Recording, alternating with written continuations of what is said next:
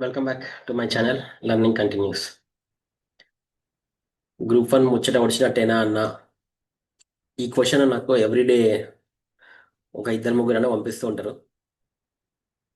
దానికి ఆన్సర్ ఏంటంటే ప్రస్తుతానికి వచ్చినట్టే ముచ్చట.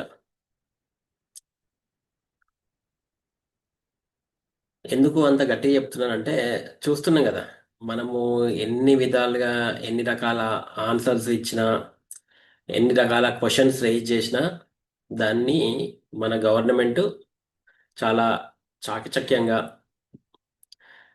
అండ్ ఇంటెలిజెంట్గా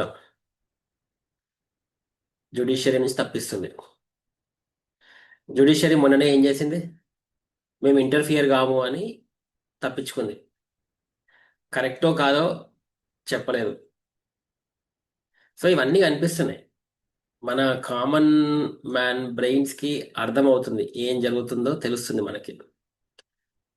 ఓన్లీ ప్రాబ్లం ఏంటిదంటే మన వీక్ పాయింట్, వాళ్ళ స్ట్రాంగ్ పాయింట్ ఏంటంటే మన దగ్గర ప్రూఫ్స్ లేవు అనే ఒక పాయింట్తో వాళ్ళు ముందుకు పోతున్నారు.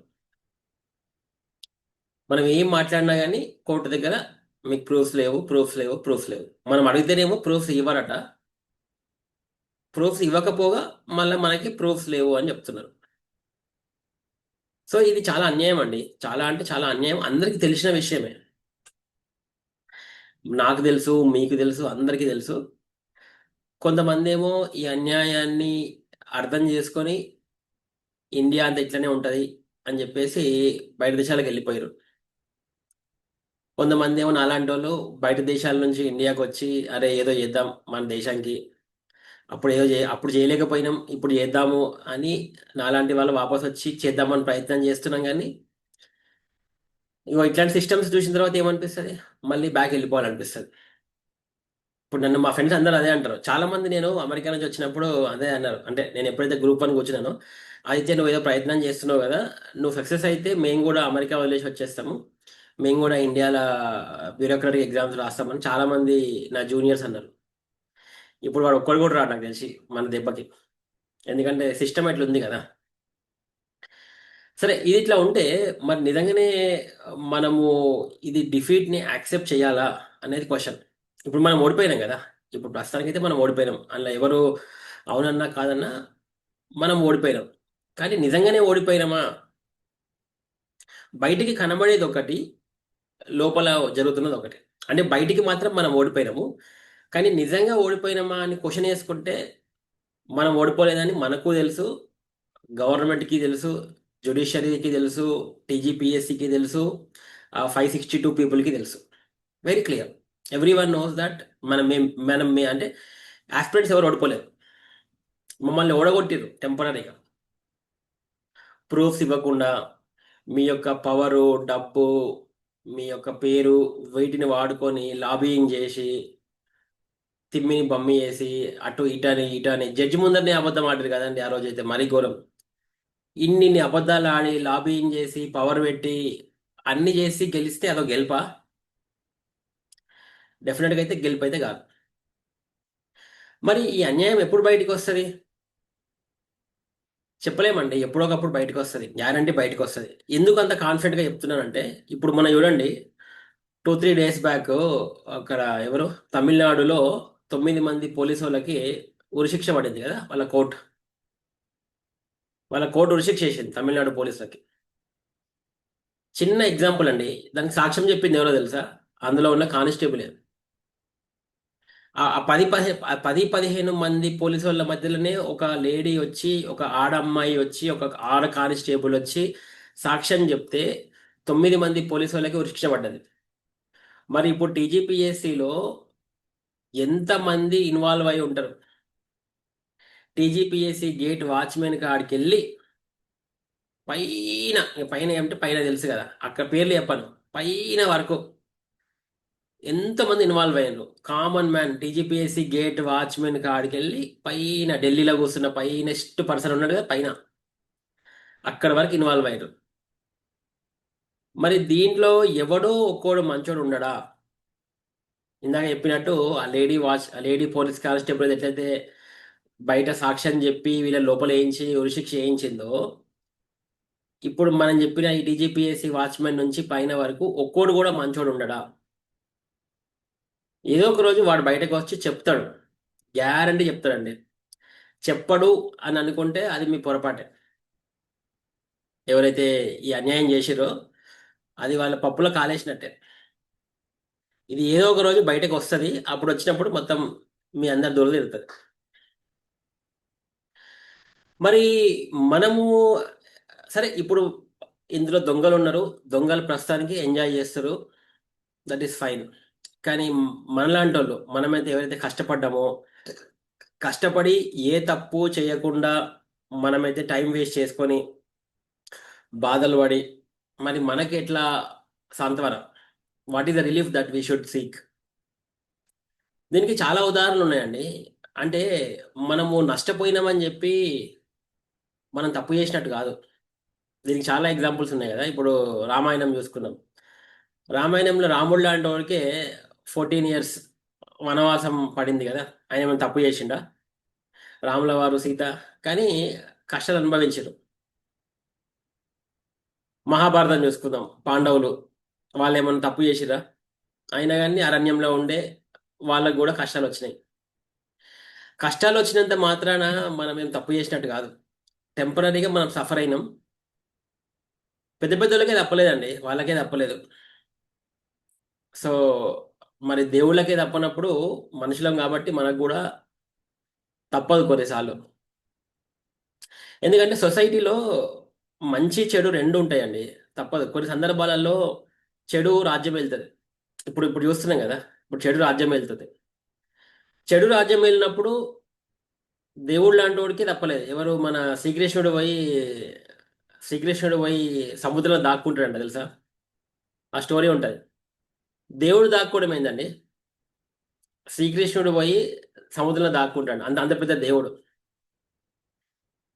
వసుదేవుడు అంతటోడు పోయి గాఢ కాళ్ళు పట్టుకుంటాడంట. ఇట్లాంటి చాలా ఎగ్జాంపుల్స్ ఉన్నాయి. నేను ఇవన్నీ ఎందుకు చెప్తున్నానంటే the reason is very simple. మనకి మనం తప్పు చేసినాము, మనం ఓడిపోయినాము అన్న భావన నుంచి బయటికి రావడానికి మనకి చాలా ఎగ్జాంపుల్స్ ఉన్నాయి. మన ఇతిహాసాల్లో కానీ పురాణాల్లో కానీ చాలా ఉన్నాయి. అవి అవి మనము అవి ఊరికనే చెప్పలేదండి. There is a reason for it. సొసైటీలో కూడా అన్యాయం జరుగుతుంది కాబట్టి, అందులో నువ్వు ఒక్కొక్కసారి విక్టిమ్ అవుతావు కాబట్టి, అట్లాంటి సమయంలో నీ యొక్క మైండ్ సెట్ ఎట్లా చేసుకోవాలి అని చెప్పడానికే మనకి చాలా ఉదాహరణలు ఉన్నాయి. So don't worry. ఇప్పుడు ఎవరైతే మనం ఓడిపోయినాము అనుకుంటున్నామో ఏం ఓడిపోలేదు. ఇంకా ఇంకా సమయం ఉంది. ప్రస్తుతానికి ఓడిపోయినాం కానీ ట్రూత్ విల్ కమ్ అవుట్. ఖచ్చితంగా truth will come out for sure. దానికి కొంచెం ఓపిక్గా ఉందాం. ప్రజెంట్గా దుష్టుల యొక్క టైం నడుస్తుంది.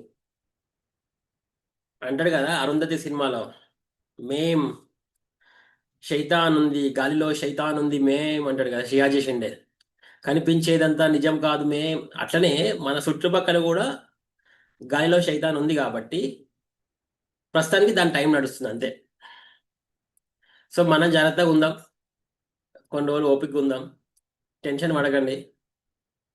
ఇక ఈ టీజీపీఎస్సీ గురించి నేను ఇక ఈ వీడియోతో బంద్ చేస్తా. బంద్ ఇన్ ద సెన్స్ ఇక పాజ్ పెట్టేస్తా. ఇక మాట్లాడా టీజీపీఎస్సీ గురించి కానీ దీని గురించి. ఎందుకంటే దీని గురించి మాట్లాడుతుంటే నా యాక్చువల్ కాంటెంట్ పోతుందండి. నేను లర్నింగ్ కంటిన్యూస్ అనే ఛానల్ పెట్టి ఇంకా చాలా సొసైటీకి సంబంధించినవి, మన మోటివేషనల్ సంబంధించినవి, మన సెల్ఫ్ హెల్ప్, పర్సనాలిటీ డెవలప్మెంట్ ఇవి మాట్లాడదాం అనుకుంటుంటే నాకు ఎంతసేపు మధ్యలో టీజీపీఎస్సీ వచ్చి ఇరుకుతుంది. అయిపోయింది టీజీపీఎస్సీ చాప్టర్ చదివినాము, అయిపోయింది, ఎగ్జామ్ అయిపోయింది. కానీ దాని యొక్క జిడ్డు ఇంకా వదలతలేదు. అట్లనే ఉంది. ఆ జిడ్డు పోతలేదు.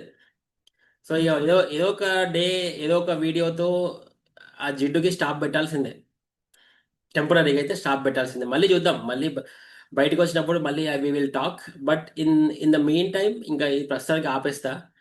ఆపేసి going forward I will do more videos on self help development and motivational.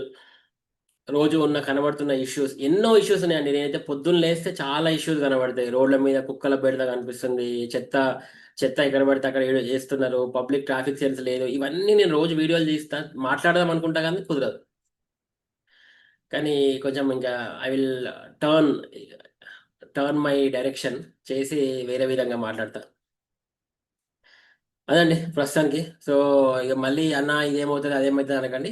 వెనకైతే ఒకటే ఒక ఫైనల్ వర్డ్ చెప్పి కంక్లూడ్ చేస్తా. వెనుక పీపుల్ ఆర్ స్టిల్ ఇంకా పిటిషనర్స్ కూడా ఎవరు హ్యాపీగా లేరు. మన వచ్చిన తీర్పుతోనే ఇంకా ఎవరు హ్యాపీగా, నేనే గాను ఎవ్వరం కూడా హ్యాపీగా లేము. కానీ దానికి ప్రస్తుతానికి మనకి సొల్యూషన్ లేదు కాబట్టి people are thinking how to fight this further. ఇక్కడికి ఆగిపోలేదు, ఇప్పుడు only we have put a comma. కానీ దీనికి ఇంకా ఎట్లా ఫైట్ చేద్దామని ఇంకా గట్టిగా ఆలోచిస్తున్నాము. ఇది ఇంకా ఒడిసిపోయిందా అంటే ఇప్పటికీ ఒడిసిపోయింది, కానీ మొత్తానికి ఇంకా ఒడిసిపోలే. ఇంకా ఉంది, చాలా ఉంది. ఆ సమయం మనకు తెలియదు. 6 నెలల, సంవత్సరమా, 2 సంవత్సరాల, we do not know. Let's let's hope for the best. ఇది నేను ఒకటే చెప్పగలుగుతా ఏంటంటే, ఇప్పుడు ఎవరైతే టీజీపీఎస్సీ కోసం కూర్చొని జాబులు నోటిఫికేషన్లు ఈ గ్రూప్ 1 అనే వాళ్ళు ఎవరైతే ఇంకా పెట్టుకొని అన్న హోప్ పెట్టుకోవాలన్నా అంటే నేను వద్దనే చెప్తాను. ఎందుకంటే ఇప్పుడు ఇంత జరిగిన అన్యాయము వాళ్ళకి బలాన్ని చేకూరుస్తుందండి. ఈ దుష్ట శక్తులకి బలాన్ని చేకూరుస్తుంది. సో నెక్స్ట్ నోటిఫికేషన్ కూడా ఇవే చేస్తారు. They will they will again do the same thing. దీంట్లో ఉన్న తప్పులని వాళ్ళు ఇంకా బెటర్గా చేస్తారు అంతే. అవే తప్పులు దొరకకుండా ఎలా చేయాలో చేస్తారు, వాళ్ళకి ఒక ప్రాక్టీస్ అయిపోయింది. మనం పోయి ఇంకా మూర్ఖుల్లా కూర్చొని గ్రూప్ 1లో మొన్న నేను చదవలేను కాబట్టి నేను చదివితే వచ్చేది, ఆ టైంలో అందరూ అరిస్తే నేను కూడా పోయి అరిచి, ఇంక చాలా నాకు కామెంట్స్ వినిపిస్తూ ఉంటాయి. ఆ టైంలో నేను చదువుతూ ఉన్నా, ఆ, ఆ టైంలో ఇక ఆదిత్య బొమ్మ లాంటి వాళ్ళు ఎగ్జామ్ అవ్వదు అన్నారు కాబట్టి నేను డీవియేట్ అయినా, అట్లయినా ఇట్లయినా అని చాలా మంది మాట్లాడుతూ ఉంటారు.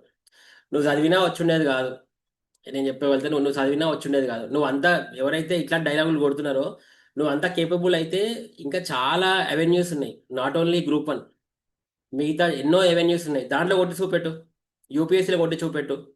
ఎందుకు victim, why do you play victim card అంత టీజీపీఎస్సీ ఓన్లీ? మనకి సత్తా ఉంటే ఎక్కడైనా కొడతాం, అంతేగాని పోయిన దగ్గర వాడు చెప్పిండు, వీడు చెప్పిండు, ఇది చేసిండు, అది చేసిండు అని మాట్లాడడం కాదు. సో యూపీఎస్సీ ప్రిపేర్ అయ్యే వాళ్ళు గట్టి యూపీఎస్సీ ప్రిపేర్ కండి.